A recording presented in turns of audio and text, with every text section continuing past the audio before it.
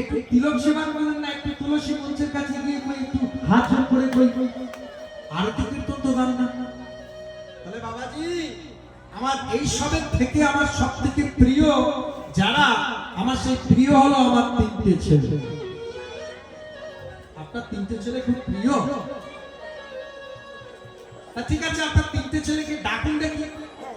তা বড়, মেজ আর ছোট তিনজনের কাছে এসেছে। বাবা, বাবা তুমি আমাদের ডাকছো? আরে খোকা, এই দেখ আমার চাকরি জীবন শেষ হয়ে গেছে, আমি যে শান্তিতে আছি আমার ছেলেদের ভরসায়, এটা বাবাজি বলছে এটা নাকি আমি ঠিক করে দেব। কেন কেন আপনি এমন বলছেন কেন? আরে বাবা শোনো শোনো, আমার এই তিন ছেলেই হলো আমার শেষের দিনের লাঠি। তাই নাকি? বাবাজি বলছে তাই নাকি? আপনার ছেলের শেষের দিনের লাঠি আপনার সঙ্গে যাবে? তাহলে সঙ্গে না যা, আমি যদি মরে যাই কি হবে জানেন? তাহলে কি হবে? সঙ্গে সঙ্গে বড় ছেলে বলে উঠলো, বাবা তুমি যখন মারা যাবে, এই আমাদের এত বড় বাড়ির মধ্যে সব থেকে মিষ্টি যুক্ত আম গাছটা কেটে আমি তোমার দাহ করব। বড় ছেলে বলছে, কি বলছে? বড় মিষ্টি আম গাছটা কেটে তোমার দাহ করব। এবার মেজ ছেলের পাশ থেকে বলে উঠলো, দাদা তুই তো বললি, কিন্তু আমারটা শুনে নে। বাবাজিও শুনু। কি হয়েছে? মেজ ছেলে বলে উঠলো, বাবা যদি মারা যায় আমি কি করব জানো? কি করবি? বাবা যদি মারা যায়, আমি বাবা মারা যাওয়ার পরে ওই শ্মশানে 2-5টা গ্রামের লোকজনকে নিমন্ত্রণ করে যাচাই খাও। যাচাই মানে যে যেটা চায়, এই যেমন কৃষ্ণনগরের সরপুরিয়া ভাজা, এই বর্ধমানের ল্যাংচা, এই বড় বড় সব রসগোল্লা, এই খাও। ছোট ছেলে বলে, আমিও কম যাই না দাদা, তোমরা যদি এত কিছু করতে পারো, তা বাবা যখন মরে যাবে আমি কি করবো জানবো? ওই রাজস্থান থেকে বড় বড় টাইলস এনে আমি বাবার একটা সমাধি মন্দির করে দেবো। 10টা লোক যাওয়ার সময় দেখবে যে ব্যক্তি মারা গেছে তার সমাধি মন্দিরটা কাটা। এটা ভালো হলো না? এই বলে তিনটে ছেলে কাজে চলে গেল। আর বাবাজি যাওয়ার সময় বলে গেল, বাবু আপনি তো আপনার ছেলেদেরকে খুব বিশ্বাস করেন, আদর করে মানুষ করেছেন, তিনটে ছেলেকে পায়ে দাঁড় করিয়েছে, তাহলে একটা পরীক্ষা করবেন না? বলে কি পরীক্ষা? বলে আপনার ছেলেদের উপরে যে আপনার অগাধ বিশ্বাস, সেই বিশ্বাসের পরীক্ষাটা করব। তাহলে বিশ্বাসের পরীক্ষা কি? বলছে আমার কাছে একটা বটিকা আছে, মানে একটা বড়ি আছে, এইটা খেলে পরে আপনি সকালে যে সময়ে ঘুম থেকে উঠেন তার থেকে 1 ঘন্টা পরে উঠবেন, কিন্তু আপনি যখন পড়ে থাকবেন মরার মতো হয়ে থাকবেন। আপনার শ্বাস প্রশ্বাস চলবে, কিন্তু বাইরে থেকে দেখলে মনে হবে যেন মারা গেছে। আপনি সব শুনতে পাবেন, আপনি সব দেখতে পাবেন। বেশ, তাই হোক। তাহলে দেখি, তাহলে বাবাজি যখন বললো এত করে, তাহলে আমি এক কাজ করি, বাবাজির কথা মতো তাহলে ট্যাবলেটটা কি একবার পরীক্ষা করে আমার ছেলেগুলো কতটা ভালোবাসে। এবার রাত্রিবেলা বাবা কি করেছেন? ওই বাবাজির দেওয়া ট্যাবলেটটা খেয়ে শুয়ে পড়েছে। এবার ছেলেরা জানে বাবা প্রত্যেকদিন সকাল 7টার সময় ওঠে। আজকে সকাল 7টা বেজে গেছে, বাবার ঘর থেকে কোনো আওয়াজ পাওয়া যাচ্ছে না। কি রে, বাবা ওঠেনি? এই ছোট বাবা, ও বাবা, বাবা দরজা ধাক্কা দিচ্ছে, কিন্তু বাবা না। তবে কি কিছু বলবে? দরজাটা ধাক্কা দিয়ে যে ভিতরে ঢুকছে, দেখছে যেমন বাবা তেমন শুয়ে আছে। ওই যে বাবাজির দেওয়া বটিকা খেয়েছে, নিঃশ্বাস প্রশ্বাসটা বন্ধ হয়ে আছে মনে করেছে, বাইরে থেকে দেখছে পুরো যেন মরা। বড় ভাই ছুটে গিয়ে বলছে, ওরে ছোট, বাবা আর বেঁচে নেই।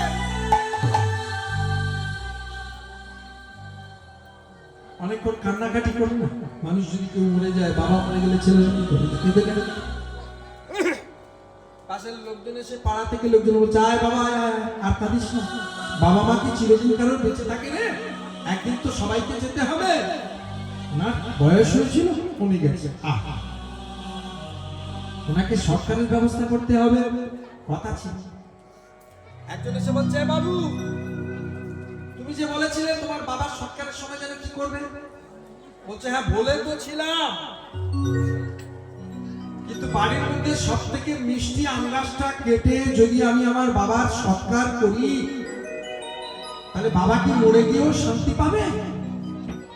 কারণ আমার একটা ছেলে, আমার দাদার দুটো ছেলে, আমার ভাইদের একটা ছেলে, এই আমার ছেলেগুলো লোকের বাড়ি ওই একটা মিষ্টি আমের জন্য তার বাড়িতে হাত পাতবে, তাতে কি আমার মরা বাবার আত্মা শান্তি পাবে? তাই মিষ্টি আম গাছ নয়, বাড়ির মধ্যে সব থেকে টক আম গাছটা কেটে আমি আমার বাবার দাহ করব। বাবা শুনছে, বাবা দেখতে মানে দেখছে না, চুপ করে আছে, উপলব্ধি করছে যে বাবাজি বলেছিল। এই যে মায়েরা পরে কি করলো? পরে মেজ ছেলে এসে বলছে, দাদা রে, তুই যদি টকযুক্ত আম গাছে দিয়ে বাবার দাহ করিস, তাহলে আমি ওই যে বলেছিলাম যাচাই খাওয়াবো, ওতে কি বাবার আত্মা শান্তি পাবে? এত টাকা বেকার খরচা হয়ে যাবে, ভূত ভুজন করিয়ে কি হবে? তার থেকে বাবার স্বার্থে কিছু ব্যয় করবো। চল। আরে খাওয়ানো নিয়ে তো কথা, আমি নয় দুটো চিড়ে আর মুরগি দেব, সে সরপুরিয়া ভাজা গোবিন্দভোগ সব চলে গেল। এবার চিড়ে মুরগিতে এসেছে। এবার ছোট ছেলেটা বলছে, দাদা আমিও বলেছিলাম বাবার একটা সমাধি মন্দির করে দেব, সেই সমাধি মন্দিরটা করব। আরে সমাধি মন্দির নিয়ে তো কথা, তাতে টাইলস লাগাই আর মাথায় একটা টালির চাল দিয়ে যাই করি, সমাধি মন্দির তো 4 কোণে 4টে মাছ দিয়ে উপরে ভালো করে ছাউনি করে দিয়ে আর একটা সমাধি মন্দির বানিয়ে দেব। যেই না 3 ছেলে এমন করে কথা বলেছে, হঠাৎ করে বাবা কি করেছে? বাবা সব জানছিল, শুনছিল, এইবার বিছানায় থেকে উঠে পড়েছে। এবার বড় ছেলে বলল, বাবা তুমি বেঁচে আছো, তুমি মরনি?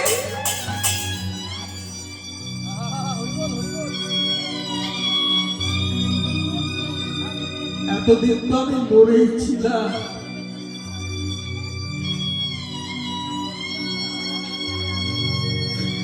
যদি বাবাজি আমার না চোখটা খুলে দিত, হয় চোখ খুলতো না।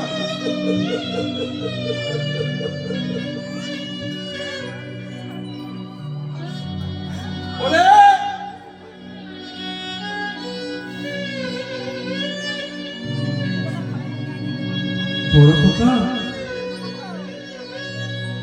এই জন্মে আর আমি বোঝা হয়ে থাকবো না, আমি আর তোদের বোঝা হয়ে থাকবো না। জীবনের যে কটা দিন আমার দেহ প্রাণ থাকবে, আমি হাগৌর প্রাণ গৌর বলতে বলতে কাটিয়ে দেব।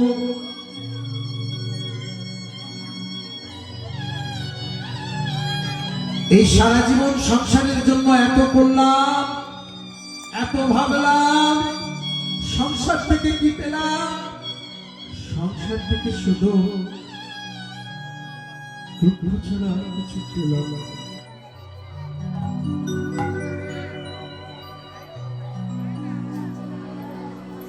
আমার শেষের দিনে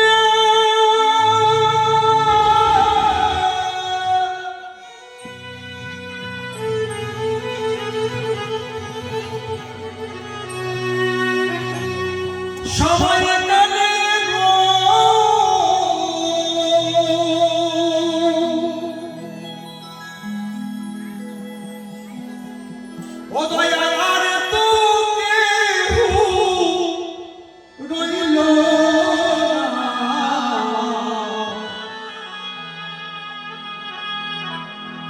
দয়াল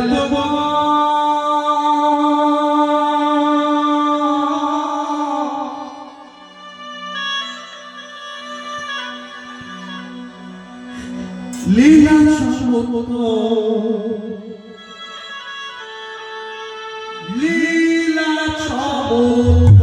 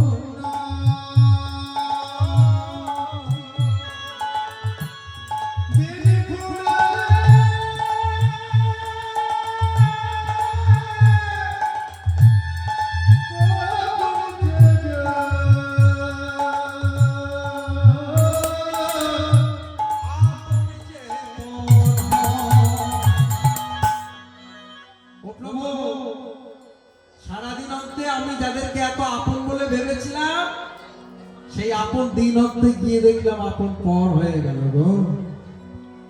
এই যে প্রিয়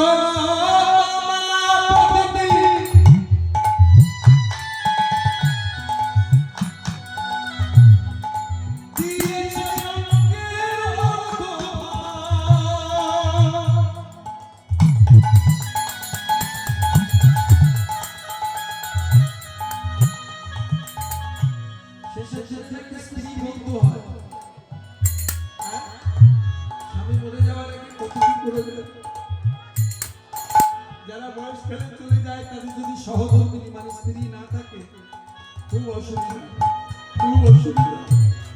যদি একটু রোগগ্রস্ত হয়ে বাবা মা মারা যায় তার অবস্থা হাল থাকে, কিন্তু যে বউকে এত আপন করল, যে বউকে এত নিজের করে পাবো, কি হলো জানো? বাস্তব বড় কঠিন, তাই বাস্তবের মাটিতে দাঁড়িয়ে বলছি, ওই যে প্রিয়